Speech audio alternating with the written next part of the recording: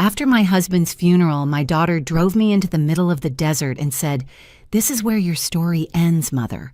Then she drove away without looking back, leaving me with $50 and not a single drop of water. She thought I would die from the heat, from thirst, from despair. But what she didn't realize was that the biggest mistake of her life was underestimating the very woman who had raised her for 35 years. Thank you for being here with me. Tell me, where are you from and how's your day treating you? I truly read every comment, and I love connecting with each of you. Stay tuned to see how I took down an empire built on lies. And if you're intrigued, please subscribe. Note some details are enhanced for storytelling. Resemblances to actual people or settings are coincidental, but the themes are worth considering. My name is Catherine Reynolds. I'm 62 years old, and 3 hours ago, I buried my husband. 3 hours from now, my daughter will try to end my life in the Mojave Desert. It was a Wednesday in mid-November. The funeral home in downtown San Francisco smelled like lilies and old wood. About 60 people filled the chapel, business associates, neighbors, distant relatives. Soft organ music played through hidden speakers. My husband's casket sat at the front, closed, polished to a mirror shine. I stood beside it, dry-eyed. My daughter, Elizabeth, stood next to me. 35-years-old corporate attorney wearing a black Chanel dress and dabbing her eyes with a handkerchief. Her shoulders shook just enough to look convincing. Her husband, Gregory Barrett, 38, investment banker, stood behind her with his hand on her shoulder, playing the supportive son-in-law. I watched her perform. I'd spent 30 years as a chief financial officer hunting corporate fraud. I knew a liar when I saw one. Elizabeth wasn't grieving. She was acting. I couldn't cry either, but for different reasons. I'd already done my grieving 3 weeks earlier when I found the toxicology report hidden in William's desk. The report that told me my husband didn't simply pass away from a heart attack. Someone had taken him from me, and I was standing right next to her. After the service, after the last guest left, Elizabeth touched my arm. Her fingers felt cold, even through my sleeve. "Mom," she said softly, "let's take a drive, just us. We need to talk about Dad, about everything." Every instinct screamed at me to refuse, but I was exhausted, hollowed out, and maybe part of me wanted to believe my daughter still had a heart. "All right," I said. Gregory brought the black Mercedes around. Elizabeth guided me into the back seat like I was fragile. She slid in beside me. Gregory drove. Nobody spoke. We left San Francisco behind. The Bay Bridge, East Bay suburbs, then Interstate 580, heading east into nothing. The landscape shifted from green hills to brown flatlands to something harsher. 90 minutes passed in complete silence. I kept waiting for Elizabeth to say something to explain why we were driving farther from civilization with every mile. She just stared out the window. When Gregory finally turned onto a dirt road, my stomach dropped. We were in the Mojave Desert, miles from anywhere, surrounded by dust and scrub brush and heat that made the horizon shimmer. He stopped the car in the middle of nowhere. "Get out, Mom," Elizabeth said. Her voice had changed, cold, flat. I climbed out on shaking legs. Gregory reached into my purse and pulled out my phone. He tossed $50 onto the dirt at my feet. "That's generous," he said. Elizabeth stepped close to me. Close enough that I could smell her perfume, the same Dior fragrance I'd given her last birthday. She leaned in and whispered in my ear, "This is where your story ends, Mother." Then she got back into the car. The Mercedes pulled away, tires spitting gravel. I stood there watching the black shape grow smaller and smaller until it disappeared into the heat haze. The sun beat down on my head. My throat was already dry. 62 years old, alone in the Mojave Desert. No phone, no water, no way out. That's when I remembered the inner pocket. I'd sewn it into my jacket lining years ago, a hidden pocket for emergencies. My fingers found the small, hard rectangle of a satellite phone. I pulled it out. The screen flickered to life. One unread message. "Don't call the police, call Daniel. He knows everything." I stared at those words. I hadn't sent this message to myself. I hadn't told anyone I kept this phone. So who sent it? And who the hell was Daniel? 4 hours later, I heard the sound of tires on gravel. I'd been sitting in the shade of a Joshua tree, clutching the satellite phone, staring at that message, "Call Daniel."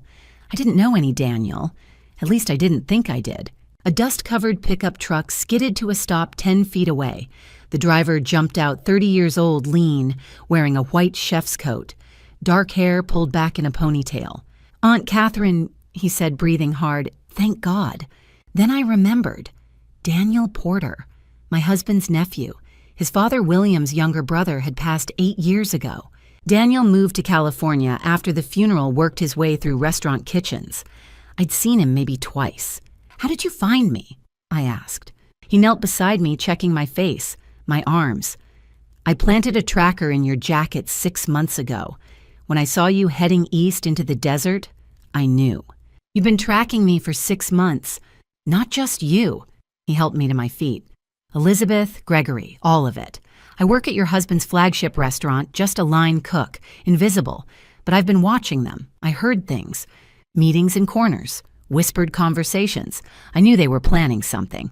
My throat tightened. "You knew?" "I suspected. I didn't have proof until it was too late." He handed me water. "I'm sorry." I drank half the bottle. "Why didn't you call the police?" "Because we need evidence first," he said, "and because you need someone on the inside." Daniel drove me back to San Francisco and checked me into the Fairmont Hotel under a false name. I spent 2 days recovering, trying to process what had happened.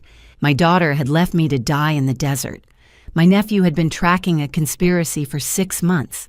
On the morning of November 18th, Daniel drove me to the law offices of Shaw and Associates on Montgomery Street.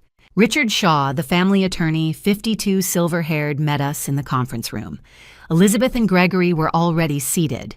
Elizabeth's face went pale when she saw me. She recovered quickly, but I'd seen it. Shock. Maybe even fear. Richard cleared his throat. "Let's begin." The will was simple. Elizabeth received 60% of the restaurant holdings and the $15 million mansion in Napa Valley. I received 40% of the business and a $5 million pension fund. Elizabeth smiled, not a polite smile, a wide, satisfied grin. "Poor Mom," she said loud enough for everyone to hear. 40%. That must sting after 30 years of playing CFO. Several people in the room shifted uncomfortably. Gregory smirked. Richard Shaw frowned but said nothing. I kept my face neutral.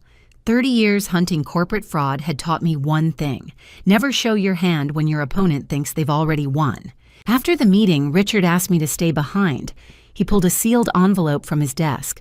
"Your husband left this," he said quietly. "He told me to give it to you when you were alone.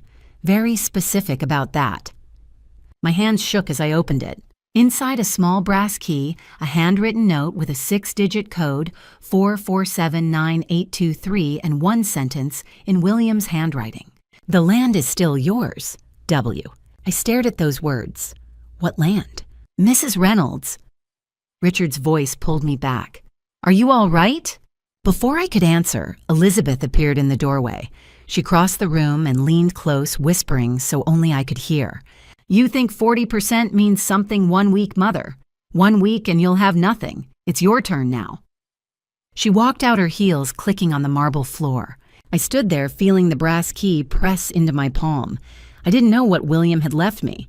I didn't understand what the land meant, but I knew one thing: my husband had hidden something Elizabeth didn't know about, something that scared him enough to leave me a cryptic message and a key to a safe deposit box. I turned to Richard. "This code, 4479823. What is it?" He glanced at the paper. "That looks like a safe deposit box number and access code. Bank of America, probably. Your husband had one at the Montgomery Street branch." I closed my fist around the key. Tomorrow morning, I would find out what my husband had been hiding and why he'd been so sure the land was still mine. The next morning, Monday, November 19th, I stood in the private viewing room at Bank of America's Montgomery Street branch, holding the brass key William had left me.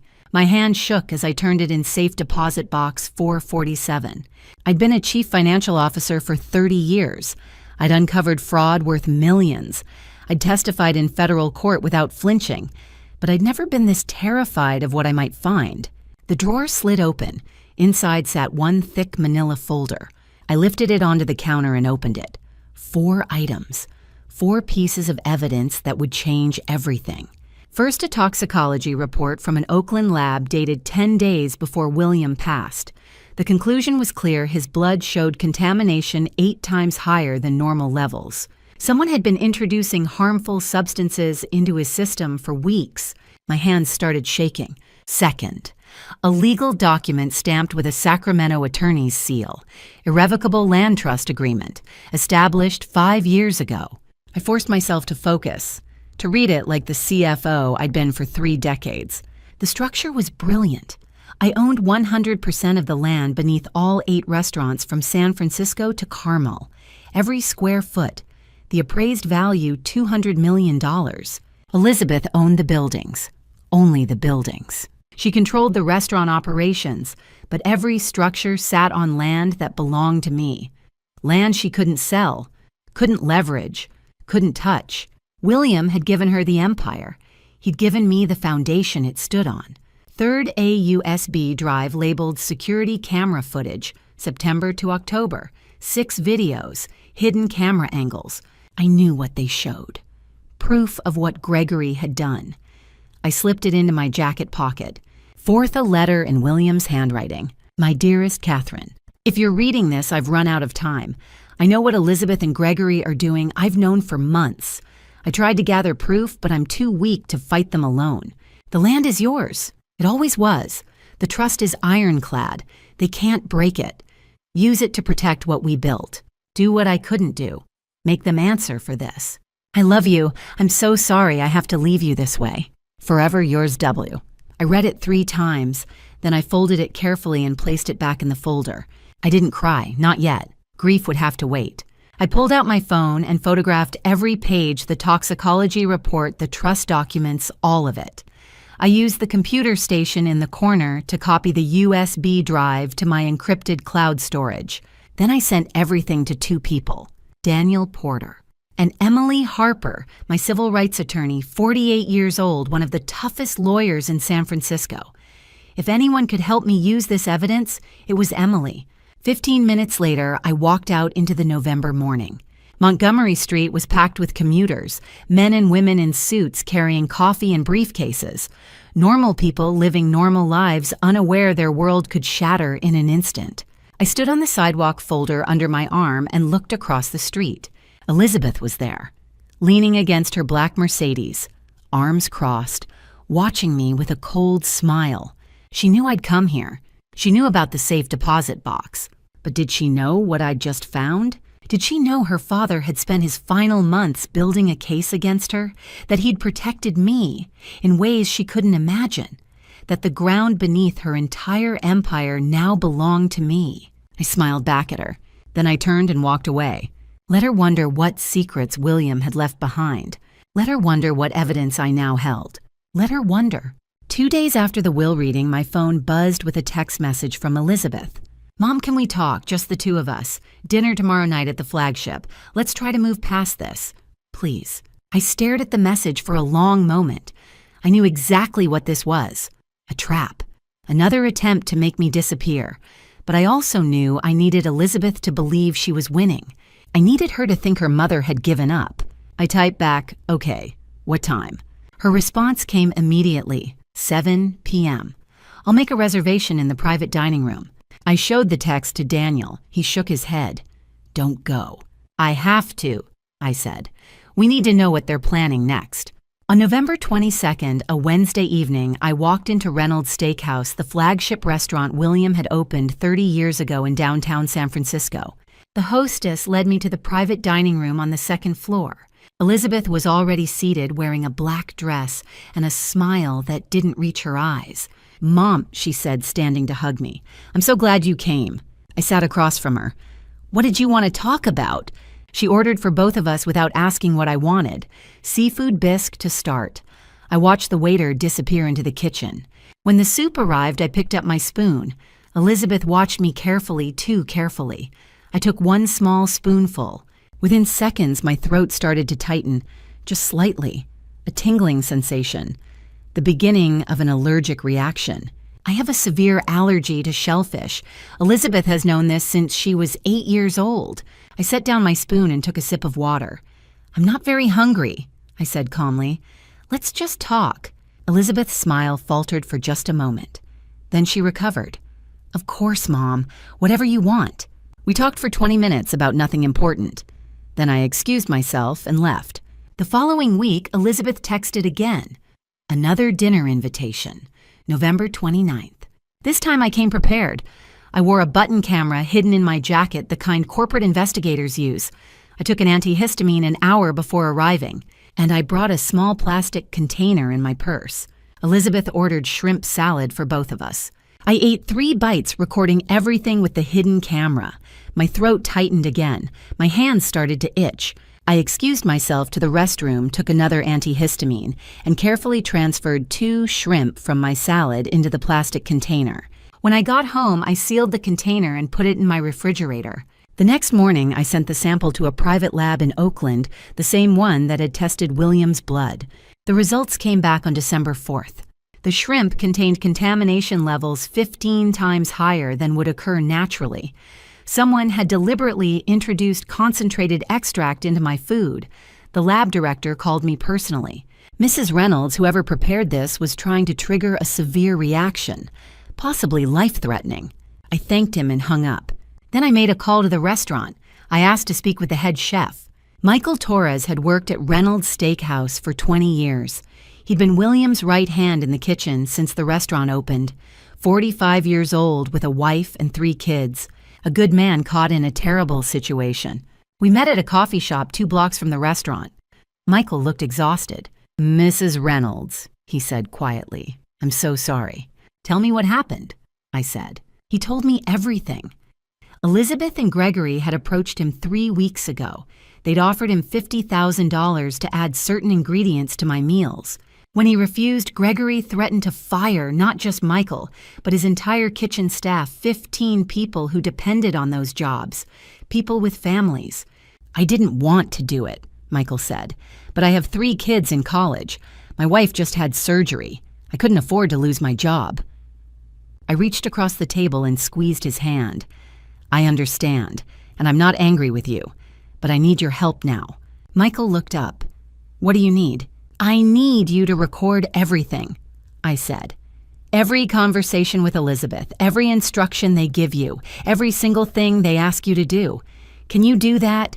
He nodded slowly. "Yes, I can do that." 3 days later, Daniel called me. His voice was barely a whisper.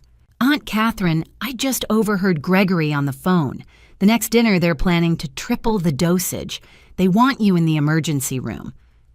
I hung up and sat in silence for a moment. I had 7 days to prepare. On the evening of December 6th, a Wednesday, I walked into the private dining room at Reynolds Steakhouse for the 3rd time. Elizabeth and Gregory were already seated. The room was empty except for us. No witnesses. Exactly what they wanted. Before leaving my hotel room, I'd taken a double dose of antihistamine, enough to suppress most allergic reactions. I'd activated the button camera hidden in my jacket, and I'd sent a text to my personal physician, "Stand by. May need emergency pickup within the hour." I was ready. Elizabeth smiled as I sat down. "Mom, I ordered your favorite, seafood risotto, special recipe." The waiter brought 3 plates. I watched Gregory's face as the food was set in front of me. He couldn't hide his anticipation. I picked up my fork, took 1 bite, then another, then a third. The reaction hit faster this time. My throat started closing. My vision blurred at the edges. But I'd prepared for this. The antihistamine was already working, slowing everything down. I dropped my fork, clutched my throat, made a choking sound. Then I let myself fall forward onto the table. Through half-closed eyes, I saw Elizabeth and Gregory exchange a look. Not panic, not concern. Relief. Elizabeth pulled out her phone slowly, too slowly for someone whose mother was supposedly dying in front of her. She dialed 911. "My mother, she's having some kind of attack. Please send an ambulance." Her voice was perfect. Panicked. Terrified. But the button camera in my jacket was recording everything, including the small smile that crossed Gregory's face when he thought I couldn't see. The ambulance arrived 10 minutes later. Paramedics loaded me onto a stretcher. Elizabeth rode with me to the hospital, holding my hand, crying for the cameras in the ambulance bay. I spent 4 hours in the emergency room. The doctors confirmed what I already knew, severe allergic reaction to shellfish. They kept me overnight for observation.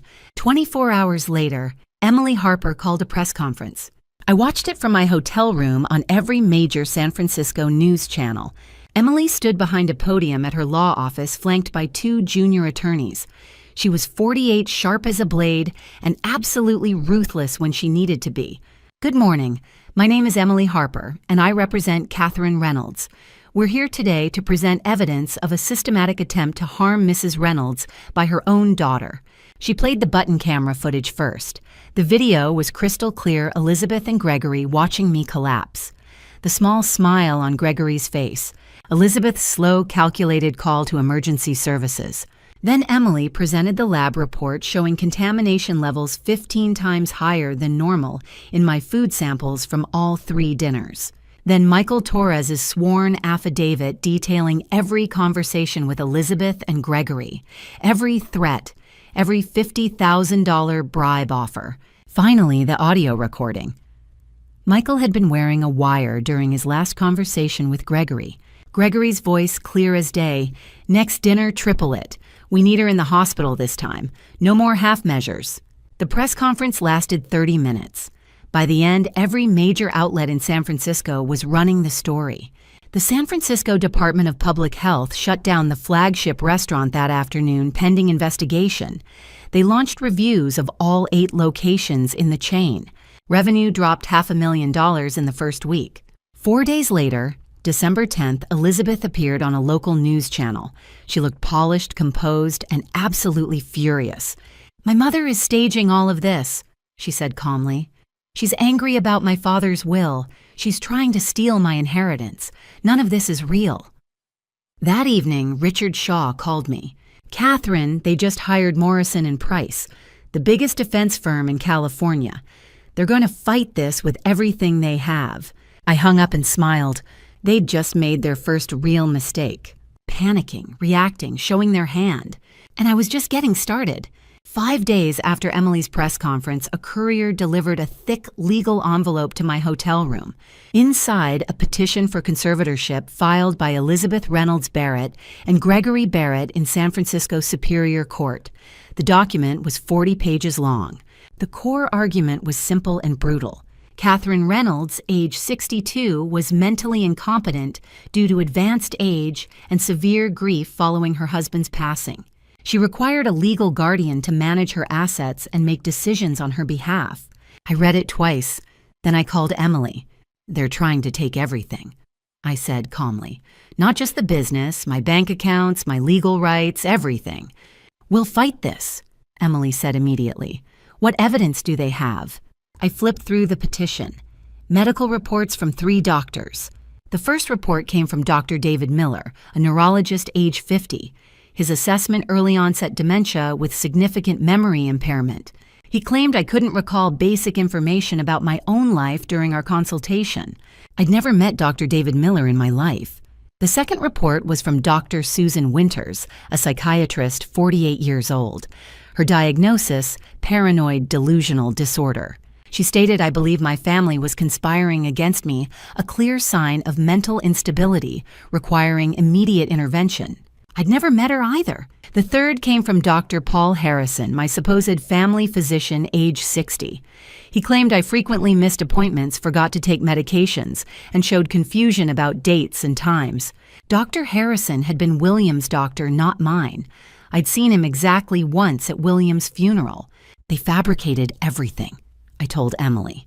Over the next 3 days, Elizabeth and Gregory launched their isolation campaign. On December 12th, Gregory walked into Wells Fargo with a copy of the conservatorship petition and convinced a junior bank manager to freeze my accounts pending court review. I discovered this when my debit card was declined buying coffee. On December 13th, Elizabeth sent a formal letter to the board of directors at all 8 restaurant locations. The letter stated that Catherine Reynolds was no longer mentally competent to participate in business decisions and should be excluded from all meetings effective immediately. On December 14th, Gregory hired a public relations firm.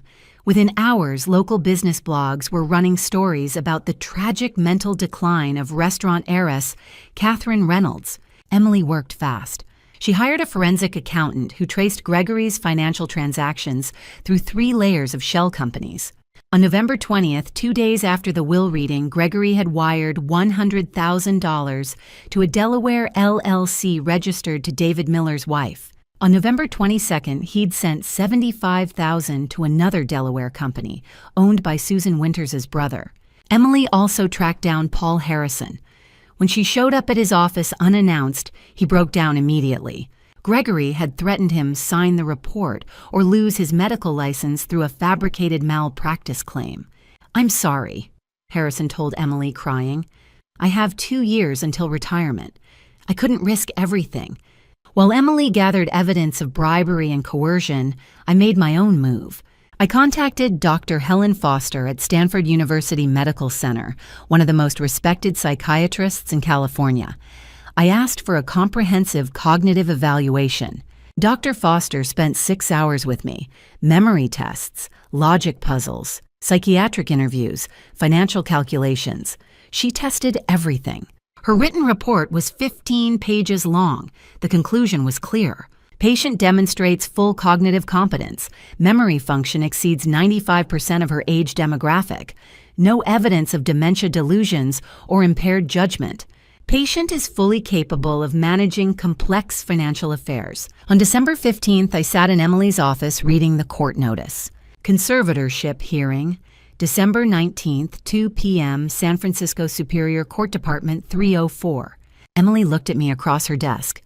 "Catherine, do you think we'll win?" I was quiet for a long moment. Then I said, "They haven't played all their cards yet. They'll try to stop me from getting to that courtroom." "What do you mean?" "They'll try to harm me again," I said, "and this time it'll be worse than shellfish in my risotto." Emily's face went pale. "You think they'll—" "I know they will," I interrupted. "We have 3 days. They're going to do something desperate, something that makes me look unstable, or something that keeps me from showing up at all." I stood and walked to the window overlooking Montgomery Street. "Get ready, Emily. The real fight is about to start." 3 nights later, Monday, December 18th, 11 p.m., I returned to my room at the Fairmont Hotel after a late strategy session with Emily. The moment I opened the door, I smelled it, the sweet chemical smell of sleep medication. I flipped on the lights. On the small table by the window, an open bottle of red wine, half empty. Next to it, an orange prescription bottle, Ambien, the label read. The cap was off. Pills were scattered across the table surface. And in the center, a handwritten note on Fairmont stationery. My handwriting, or something close enough to pass at first glance. "I'm so tired, I can't do this anymore. I'm sorry." No signature, just those 11 words. I stood perfectly still for 30 seconds, my hand still on the doorknob. This was it. The attack I'd been expecting. The desperate move. They'd staged a scene to make it look like I'd tried to harm myself, right before the court hearing. Perfect timing to prove I was mentally unstable. I didn't touch anything. Didn't move further into the room. I pulled out my phone and called Emily, then Daniel. Both answered within seconds. "They're inside my room," I said quietly. "Don't come up yet. Call a private investigator first. We need photographs and fingerprint analysis before anyone else sees this." Daniel arrived 8 minutes later with a camera and a woman named Sarah Mitchell, a former SFPD detective turned private investigator. She photographed everything from 6 different angles. Then she carefully lifted fingerprints from the wine bottle and pill container using a portable kit. "These aren't yours," she said, examining the prints under a small UV light. "Whoever staged this wore gloves on the note but forgot about the bottles." Emily arrived 10 minutes after that. She stood in the doorway staring at the scene. "They're trying to 5150 you," she said immediately. "Get you committed for psychiatric evaluation. If you're in a hospital tomorrow at 2 p.m., you can't appear in court. The judge grants the conservatorship by default." "I know," I said. At 12:30 a.m., someone knocked hard on the door. Then harder. "San Francisco police, open up." Emily opened the door. 3 officers stood in the hallway, hands on their belts. "We received a call about a woman screaming for help in this room," the lead officer said. He was in his 40s, tired looking. "Someone reported hearing—" He stopped. His eyes went to the table. The wine, the pills, the note. "Ma'am, are you Catherine Reynolds?" he asked me. Yes. Ma'am, we need you to come with us for your own safety. I didn't write that note, I said clearly. Someone broke into my room and staged this scene. I have photographs. I have a private investigator who just lifted fingerprints. Ma'am, I understand you're upset, the officer interrupted gently. But we have protocols. We're going to take you to SF County Psychiatric Hospital for evaluation. Emily stepped forward. Officer, my client is competent. This is clearly a setup. We have evidence. Ma'am, California law allows us to initiate a 72-hour hold if we believe someone is a danger to themselves. Section 5, 1150 of the Welfare and Institutions Code. I'm sorry, but we have to follow protocol. 20 minutes later, I was strapped to a gurney in the back of an ambulance. Emily rode in her car behind us. Daniel followed in his truck. Sarah Mitchell promised to rush the fingerprint analysis to a lab that could process results within hours. Through the small window in the ambulance door, I could see the Fairmont's parking lot as we pulled away. A figure stood in the shadows near the valet station. Black coat, arms crossed. Elizabeth. She stepped into a pool of light for just a moment, long enough for me to see her face. She was smiling. She raised one hand and pointed at her watch. The message was clear. You won't make it to court tomorrow, Mother. My phone buzzed, a text from Emily. Emergency habeas corpus petition filed with Judge Nancy Morrison. She's reviewing now. Hold tight. I checked the time on the ambulance's digital clock, 12:47 a.m. The hearing was at 2 o'clock in the afternoon. We had just over 13 hours to get me out. At 1 o'clock in the morning on Tuesday, December 19th, they locked me inside a windowless isolation room at San Francisco County Psychiatric Hospital. The walls were white. The air smelled of bleach and fear, and a red camera blinked in the corner. A young night shift doctor, maybe 30 years old, exhausted eyes clipboard in hand, stood outside the door and ordered 5 milligrams of Haldol for acute paranoia with recent self-harm behavior. I told him I hadn't tried to harm myself. I told him someone broke into my hotel room, staged a scene, and called the police on me. I told him I had photographs, fingerprints, a lawyer waiting outside. He didn't listen. 2 orderlies held my arms while a nurse pushed the needle into my shoulder. Within 20 minutes, my thoughts began to slow the edges of the room, softening into fog. The hours between 1 and 6 in the morning dissolved into a haze. I remember fluorescent lights, humming footsteps in the hallway, a voice asking my name. I couldn't answer. The medication pulled me under, and I drifted. At 7 o'clock, a morning shift nurse unlocked the door. Behind her stood Elizabeth, my daughter dressed in a soft gray sweater, her face arranged into concern. She carried a folder of printed text messages and photo screenshots showing me talking to myself in restaurants, long paranoid emails I'd never written. The nurse looked at the papers, looked at me, slumped on the bed, and nodded sympathetically. Elizabeth leaned close. Her voice was a whisper, just loud enough for me to hear. Mother, you're being held on a 72-hour psychiatric hold. Your conservatorship hearing is at 2 this afternoon. You won't be there. You've already lost. She stayed exactly 5 minutes, long enough for the security camera to record a concerned family visit, and left. At 9 o'clock, Emily Harper filed an emergency petition with the California Court of Appeals. She wrote 12 pages detailing the fabricated suicide scene, the forged note, the suspicious timing of my detention. She cited unlawful restraint violation of due process and requested an immediate writ of habeas corpus. At 11 o'clock, Judge Nancy Morrison, 58 years old, 20 years on the bench, known for her fierce defense of civil rights, called the hospital directly. She ordered my immediate release, stating that holding me without proper evaluation violated state law. The hospital administrator arrived at my door 30 minutes later, unlocked it, and told me I was free to go. Daniel met me in the lobby at noon. I was still shaky from the Haldol, my thoughts slow and thick, but my mind was clear enough to know we had less than 2 hours. At 12:45, Emily handed me a folder. Inside were 2 forensic reports. The first fingerprints lifted from the wine bottle in my hotel room matched Gregory Barrett, my son-in-law. The second handwriting analysis of the suicide note showed a 93% statistical match to samples of Elizabeth's handwriting taken from old birthday cards and legal documents. The clock on the courthouse wall read 1:50 when we parked. We ran. At 1:58, I pushed open the heavy wooden doors of Department 304 San Francisco Superior Court. My hair was tangled, my clothes wrinkled dark circles under my eyes. Elizabeth sat at the defendant's table beside her attorney, a man in an expensive suit who leaned over and whispered something urgent into her ear. But I was there. I was alive, and I had everything I needed in the folder under my arm. Elizabeth's face went pale. She turned and looked at me, and for the first time in 6 months, I saw fear in her eyes. At 2 o'clock in the afternoon on December 19th, Judge Robert Williams, 62 years old, silver hair, 30 years on the San Francisco Superior Court bench, struck his gavel once. The sound echoed through Department 304, a high-ceilinged courtroom with oak-paneled walls and rows of empty seats in the gallery. I sat at the respondent's table, Emily Harper beside me, Daniel behind us in the first row. Elizabeth sat across the aisle at the petitioner's table. Her hands folded, her face calm. Gregory sat 2 seats behind her. "This court is now in session," Judge Williams said. "Case number FD 24194782. Conservatorship petition filed by Elizabeth Reynolds Barrett petitioner against Catherine Reynolds respondent. Counsel for petitioner, you may proceed." Thomas Burke stood.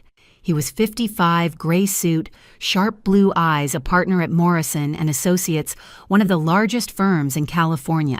His voice was smooth, practiced, confident. "Your Honor, the petitioner seeks appointment as conservator of the person and estate of Catherine Reynolds, age 62, on the grounds that Mrs. Reynolds lacks the capacity to manage her financial affairs or care for herself. The evidence will show that Mrs. Reynolds suffers from cognitive decline, paranoid delusions, and an inability to distinguish reality from fantasy. She believes her own family is conspiring to harm her. She requires protection from others and from herself." He turned toward me, his gaze steady. "Mrs. Reynolds is a danger to herself. Last night she attempted self-harm. She needs help." Judge Williams nodded. "Call your first witness." Burke called Dr. David Miller to the stand. Miller was 50, neurologist, wire-rimmed glasses, gray suit. He raised his right hand, swore to tell the truth, and sat. Dr. Miller. Burke began, "You examined Mrs. Reynolds in October. What did you find?" Miller opened a folder. "I observed early signs of cognitive decline. Mrs. Reynolds exhibited short-term memory loss difficulty recalling recent events and confusion about dates and appointments. In my professional opinion, she is not competent to manage complex financial assets." I wanted to shout that I'd never met him, but Emily squeezed my hand under the table. "Not yet." Burke called Dr. Susan Winters next. Winters was 48, psychiatrist, blonde hair, pulled back, confident posture. "Dr. Winters, you evaluated Mrs. Reynolds in November. Your diagnosis, paranoid delusions secondary to grief," Winters said. "Mrs. Reynolds believes her daughter and son-in-law are plotting against her. She cannot distinguish between real threats and imagined ones. She requires psychiatric intervention and supervision." Third witness, Dr. Paul Harrison, 60, family physician, tired eyes, white coat. He testified that I frequently missed appointments, forgot to take prescribed medications, and showed signs of temporal disorientation. I had never spoken to any of them. Burke moved to the evidence table. He held up a plastic evidence bag containing a handwritten note, the fake letter from my hotel room. "Your Honor, Exhibit A, a note found in Mrs. Reynolds' hotel room on the night of December 18th, expressing intent to harm herself. Exhibit B, photographs of the scene, an open bottle of wine, an uncapped prescription bottle. Exhibit C, the police report documenting Mrs. Reynolds' involuntary psychiatric hold under California Welfare and Institutions Code, Section 5150. He turned to face the judge. "Your Honor, the respondent attempted to end her own life last night. She was placed on a 72-hour psychiatric hold. She is not capable of caring for herself. We respectfully request that the court appoint Elizabeth Reynolds Barrett as conservator, effective immediately." Judge Williams looked at me. "Mrs. Reynolds, do you have counsel?" I stood slowly. My voice was steady, but my hands shook. "Yes, Your Honor, but my daughter tried to end my life last night. I wish to represent myself." The courtroom went silent. Judge Williams studied me for a long moment, then struck his gavel. "Granted. We'll recess for 15 minutes. Emily leaned close and pressed a USB drive into my palm. Everything is here. Are you ready? I nodded. I'm ready. At 4:15 in the afternoon, the courtroom doors opened again. Judge Williams returned to the bench, struck his gavel once and said, "Mrs. Reynolds, you may proceed." I stood and walked to the witness stand. My hands were steady. My voice was clear. I had spent 30 years as a chief financial officer investigating fraud tracing wire transfers, reading balance sheets in the middle of the night. This was my stage. Your Honor. I began. The 3 doctors who testified this afternoon were paid off. Burke shot to his feet. Objection counsel has no evidence. I held up a folder. I have bank records, Your Honor.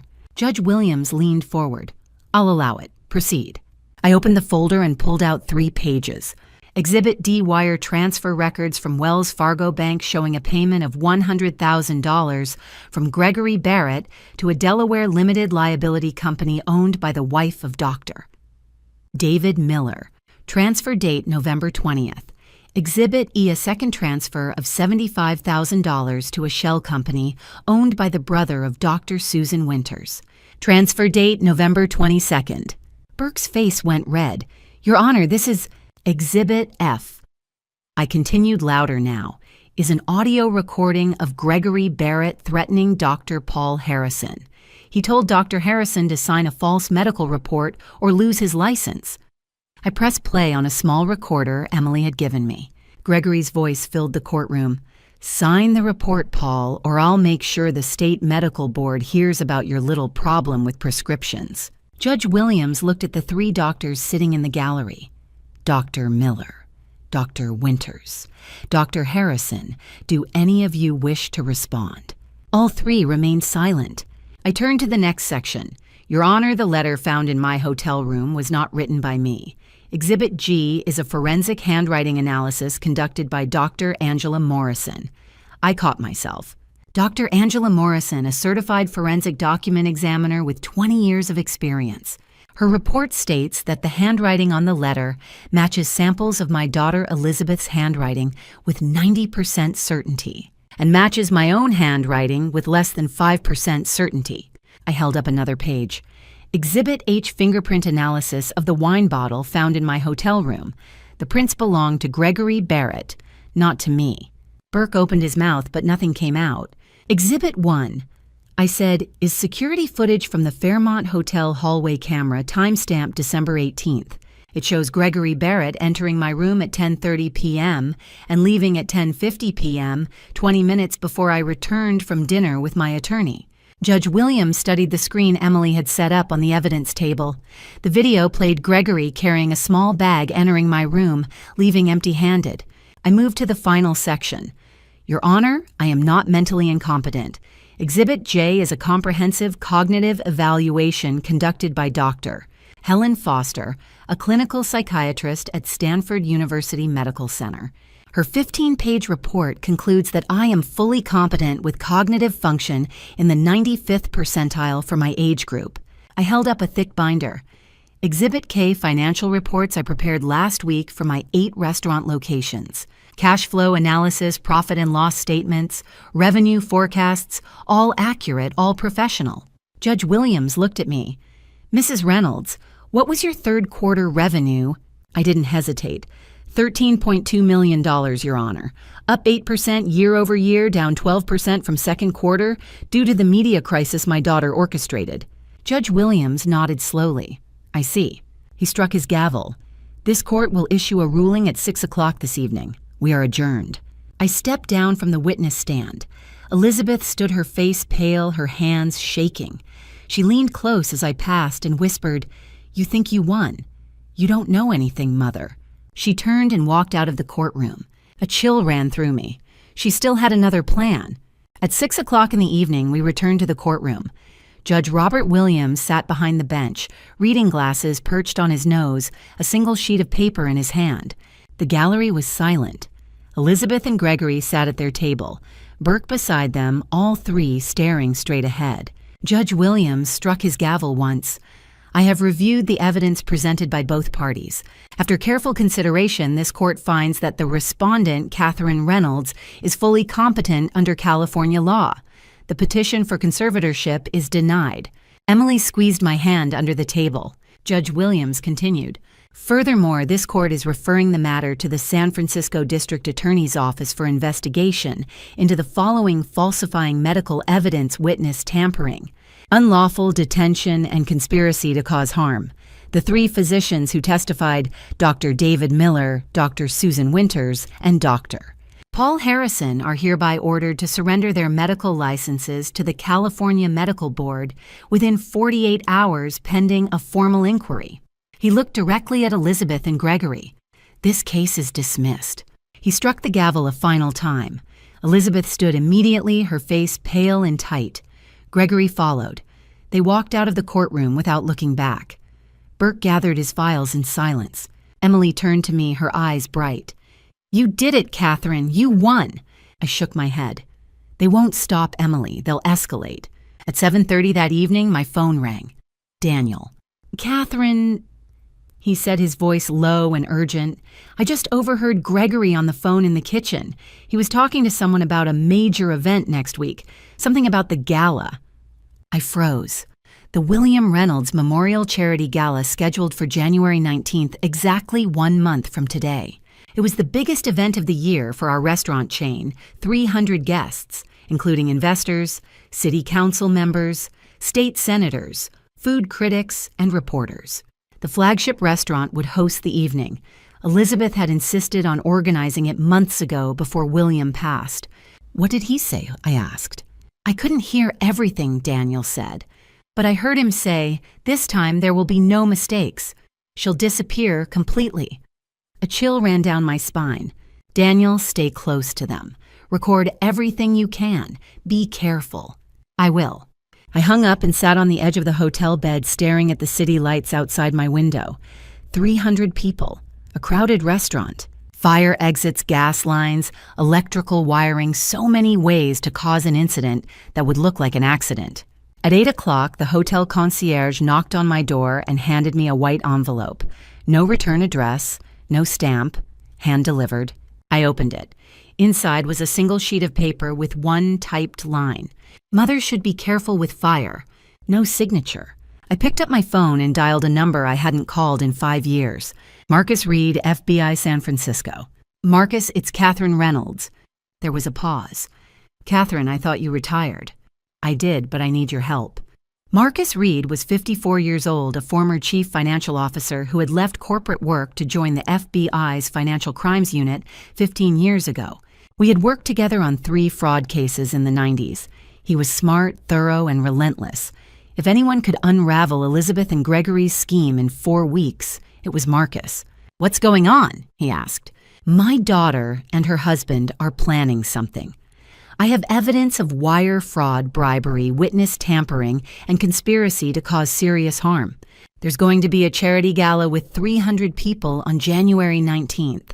I think they're planning to eliminate me during that event, and I think they're willing to put everyone else at risk to do it." Marcus was silent for a moment. Then he said, "Send me everything you have. I'll open a case file tonight." "Thank you, Marcus." "Catherine, be careful." I hung up and looked at the anonymous letter again. "Mother should be careful with fire." 4 weeks. I had 4 weeks to stop them. The 4 weeks that followed December 20th through January 18th were the most intense of my life. Marcus Reed and I worked around the clock not to protect myself, but to build an airtight federal case. We would dismantle Elizabeth and Gregory's empire in front of 300 witnesses. Marcus opened an official FBI investigation.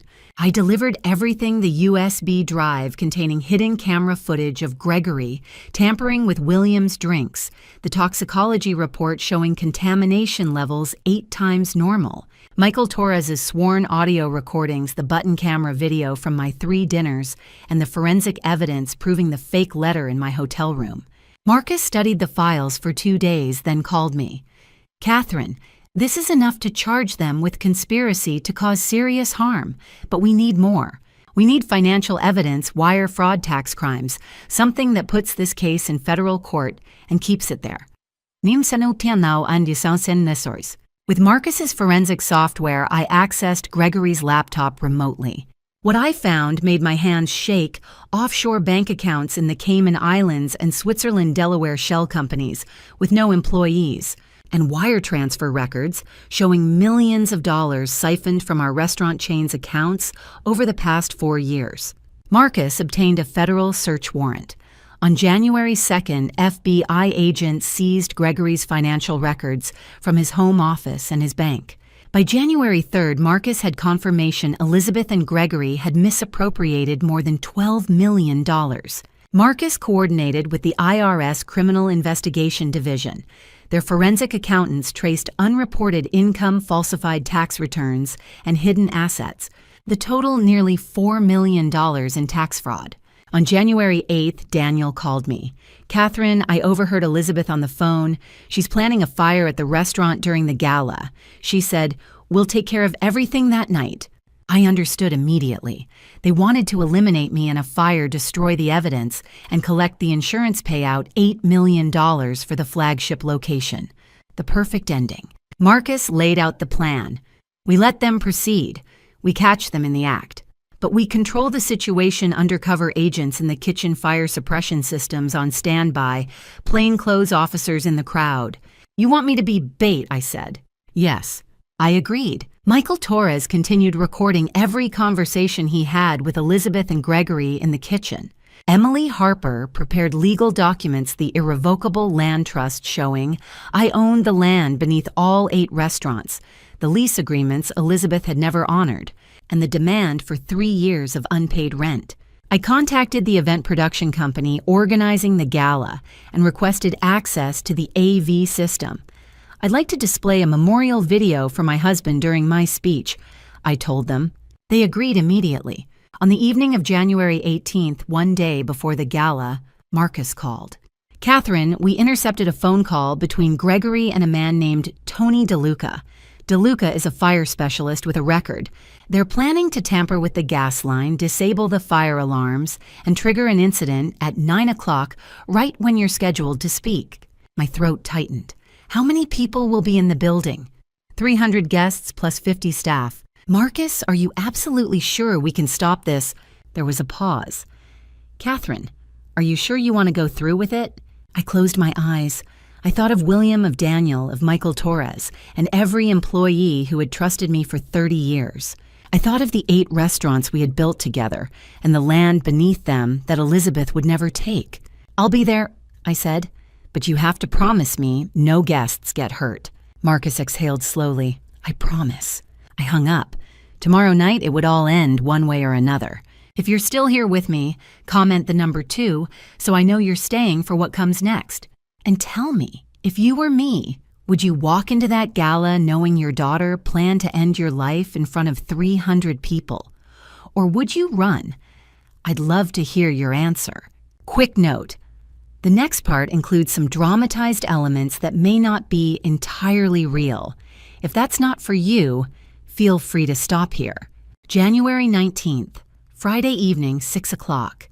When I stepped into the main dining hall of Reynolds Steakhouse, 300 guests had already arrived. Crystal chandeliers glittered overhead, a string quartet played near the stage, and laughter filled the room. No one knew that in 2 hours this building would be engulfed in flames, and I was the target. Elizabeth took the stage at 7:30 dressed in a black evening gown, her voice warm and practiced. "Tonight we honor my father's legacy." She said, her eyes sweeping across the crowd of investors, politicians, and reporters. "He built this restaurant with his own hands. He believed in family loyalty and second chances." She paused, then looked directly at me. "Mom, would you join me on stage?" 50 camera flashes went off as I walked to the platform. Elizabeth embraced me in front of everyone, her arms tight around my shoulders. Reporters smiled, guests applauded. She leaned close, her lips at my ear. "This is the last time you'll appear, Mother. Goodbye." Then she released me, smiled for the cameras, and returned to her seat. After dinner, Elizabeth approached me near the bar. Her voice was calm, casual. "Mom, can we talk privately upstairs in the office? Just you and me?" I nodded. "Of course." I saw Daniel across the room, dressed in a server's uniform, his eyes locked on mine. Marcus stood near the kitchen entrance wearing a bartender's vest. Both of them followed at a distance as I walked toward the staircase. The office was small mahogany desk leather chairs, a single window overlooking the street. Gregory was already inside, standing near the door. When I entered, he closed it behind me and turned the lock. Elizabeth sat on the edge of the desk, her expression cold and clear. "Do you know what's going to happen tonight, Mother? You're going to perish in a fire. Everyone will think it was a terrible accident." I kept my face still. I activated the hidden recording device inside my bracelet, a small microphone Marcus had given me that morning. He'd assured me it would live stream everything directly to an FBI server. Even if the device was destroyed, the audio would be saved. Gregory stepped forward. "We've tampered with the gas line in the basement. The fire alarm system has been disabled. At 9 o'clock, gas will leak into the kitchen. A single spark from the stove will ignite it. The entire building will be consumed within 15 minutes. You'll be trapped here, and we'll collect $20 million in insurance." I forced myself to speak. "What about the 300 people downstairs?" Elizabeth smiled a thin, sharp smile. "They'll escape through the fire exits." "But you won't." Elizabeth stood and walked to the door. Gregory followed. She glanced back at me one last time. "Goodbye, Mother." The door closed. The lock clicked from the outside. I tried the handle. It didn't move. I smelled it first, faint chemical, unmistakable. Gas. I pressed the Bluetooth earpiece hidden beneath my hair. "Marcus, they've locked me in. The gas is leaking." His voice crackled through the speaker. "Catherine, we're evacuating the guests now. Stay calm. We're coming for you." A piercing siren filled the building, the emergency alarm Marcus had triggered manually. I heard shouting from the floor below, the rush of footsteps, the scrape of chairs. A deafening sound shook the walls, a deep, thunderous roar from the basement. The lights flickered. Heat surged through the floorboards. Smoke began to seep under the door. I pounded on the wood with both fists. "Help me! Someone help me!" Black smoke poured through the crack beneath the door. My eyes burned. My lungs tightened. Marcus's voice crackled in my ear. "Catherine, we're coming. Hold on." The temperature climbed. I dropped to my knees, pulled a damp napkin from my purse, and pressed it over my mouth. My vision blurred. My chest ached. And in that moment, kneeling on the floor of my husband's office, breathing smoke and heat, I thought, maybe my daughter has won after all. I lost consciousness for about 30 seconds. When I came to, Daniel was smashing through the office window with a fire extinguisher, pulling me toward the narrow balcony of the fire escape. Black smoke poured out behind us. Flames roared below. "Hold on to me," Daniel shouted. We climbed down the metal ladder, my hands shaking, my lungs burning. At the bottom, we collapsed onto the grass lawn behind the restaurant. I coughed, violently gasping for air. But I was alive. Fire trucks surrounded the building, their red lights flashing against the night sky. Police had cordoned off the street. 300 guests stood in clusters on the sidewalk, wrapped in blankets, watching the flames. Marcus had ordered the evacuation 5 minutes early before the blast. No one had been seriously hurt. A few people had inhaled smoke, but paramedics were already treating them. The flagship restaurant was 60% destroyed.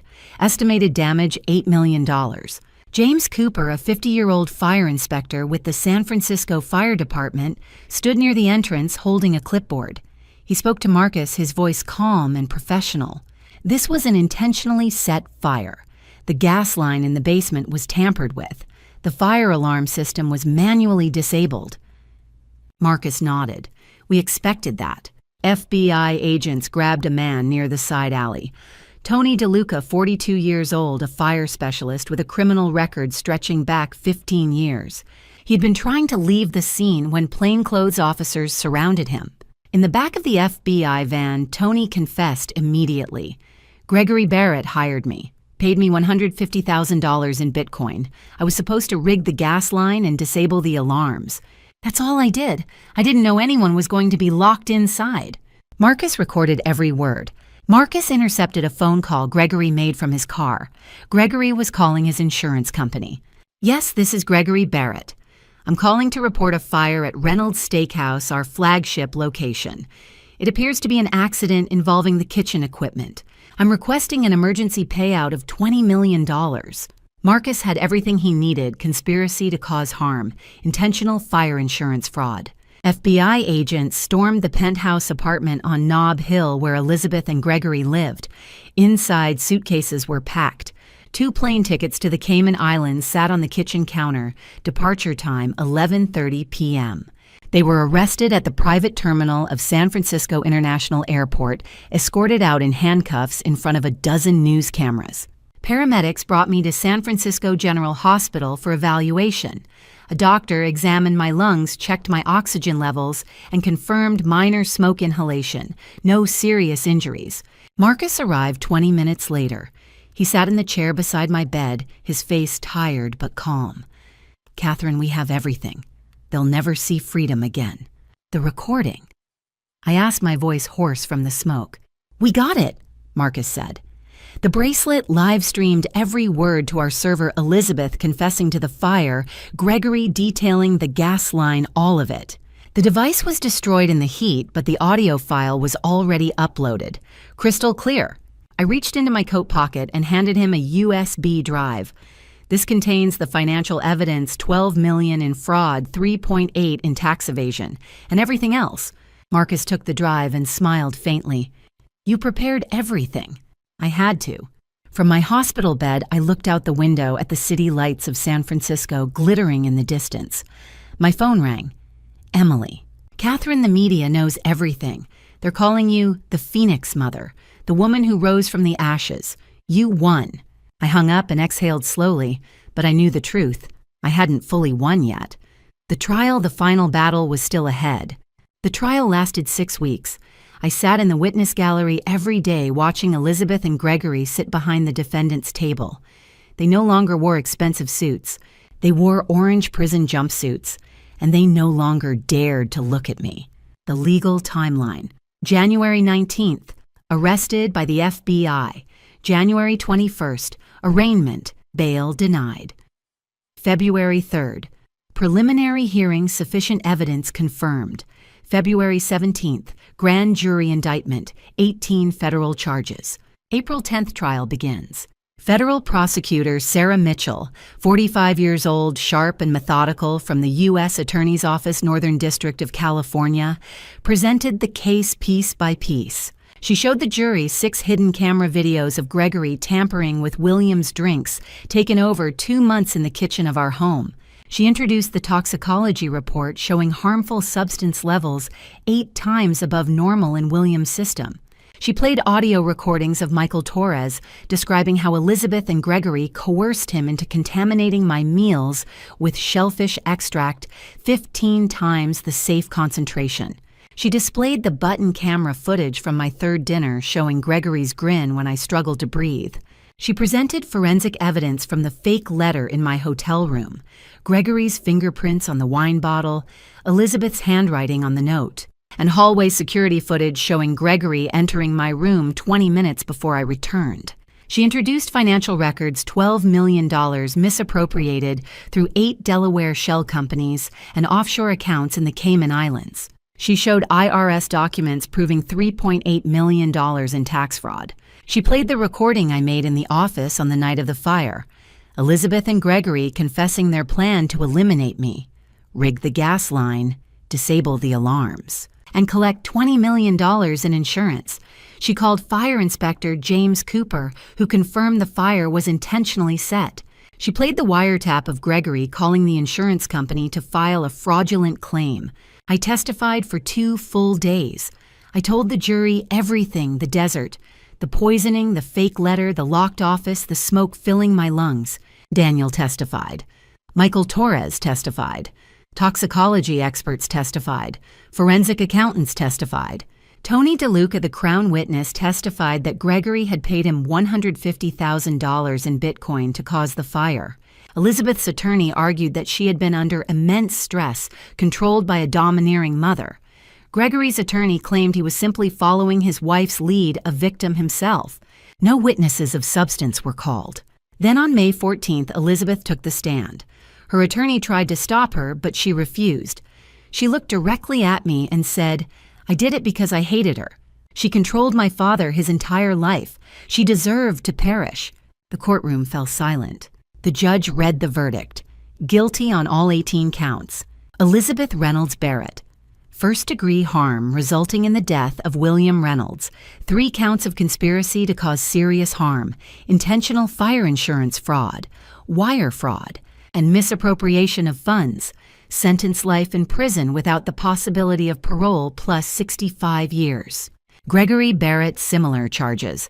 Sentence life without parole plus 50 years. Dr. David Miller, Dr. Susan Winters, and Dr. Paul Harrison. 10 years each. Medical licenses revoked permanently. Tony DeLuca. 15 years reduced for cooperation. When the judge struck the gavel, I looked directly at Elizabeth. She didn't cry. She just stared at me and said, "You won, but you've lost me forever." I stood and walked out of the courtroom. I didn't cry, because I had lost my daughter a long time ago, the day she chose to end her father's life. Today, 1 year later in January, I stood on the land where Reynolds Steakhouse once stood. The old building had been demolished. In its place now rose the William Reynolds Culinary Institute, a training center for young chefs from low-income families, tuition-free. After the trial, I reclaimed full control of all 8 restaurants. I activated the irrevocable land trust William had created years ago. Elizabeth owned 60% of the business operations, but I owned 100% of the land beneath them. I sent her attorney a formal demand pay $40 million in unpaid lease arrears or transfer her equity back to me. Elizabeth, serving a life sentence, could not pay. I took back full ownership. I rebranded the company as Williams Legacy Restaurant Group. Daniel became my partner and chief executive officer. Michael Torres became culinary director. Within 8 months, revenue recovered fully. By the end of the year, we had grown 15%. I used $10 million from my retirement fund to build the William Reynolds Culinary Institute. Every year, we accept 50 students and train them for 2 years. No tuition, no fees. We guarantee job placement in our restaurants or with partner establishments across California. The grand opening took place on January 15th, exactly 1 year after the fire. 300 guests attended city council members, state senators, philanthropists, and the families of our first 50 students.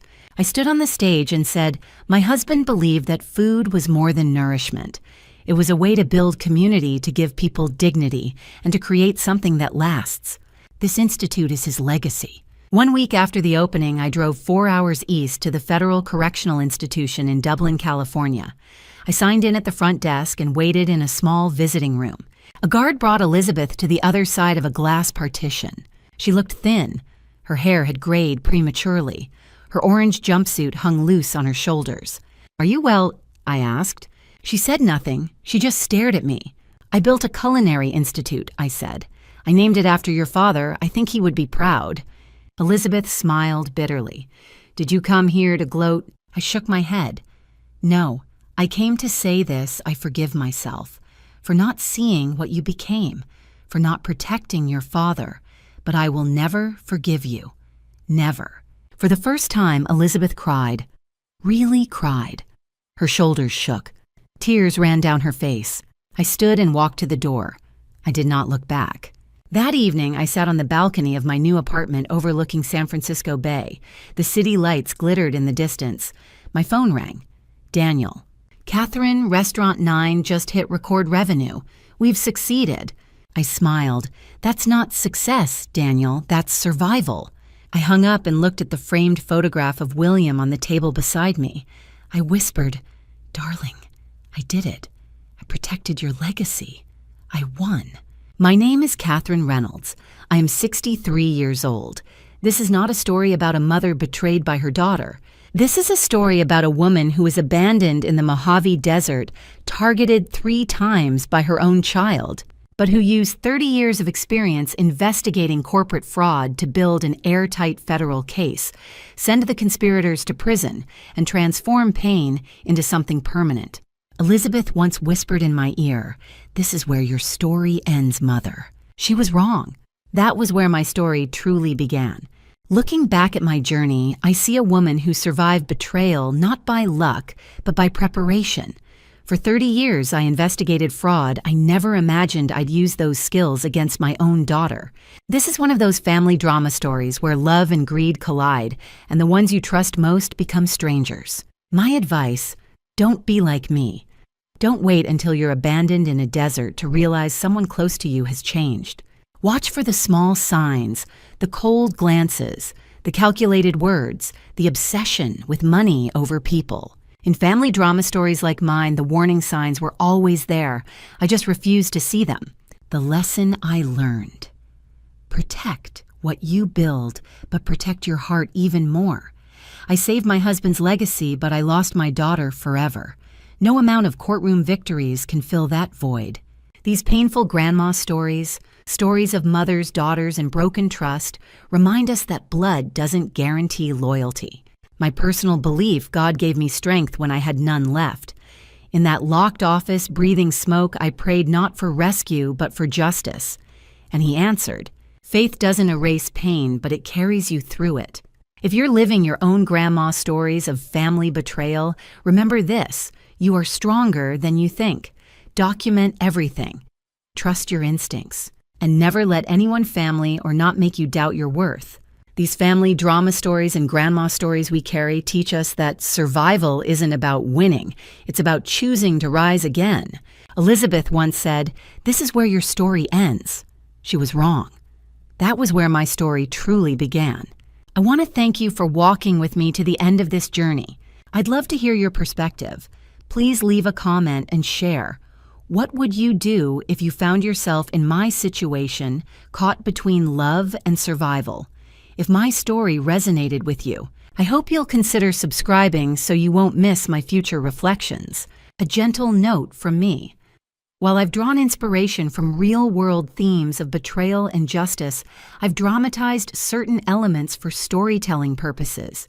If this content isn't your preference, I encourage you to explore other videos that suit your taste better.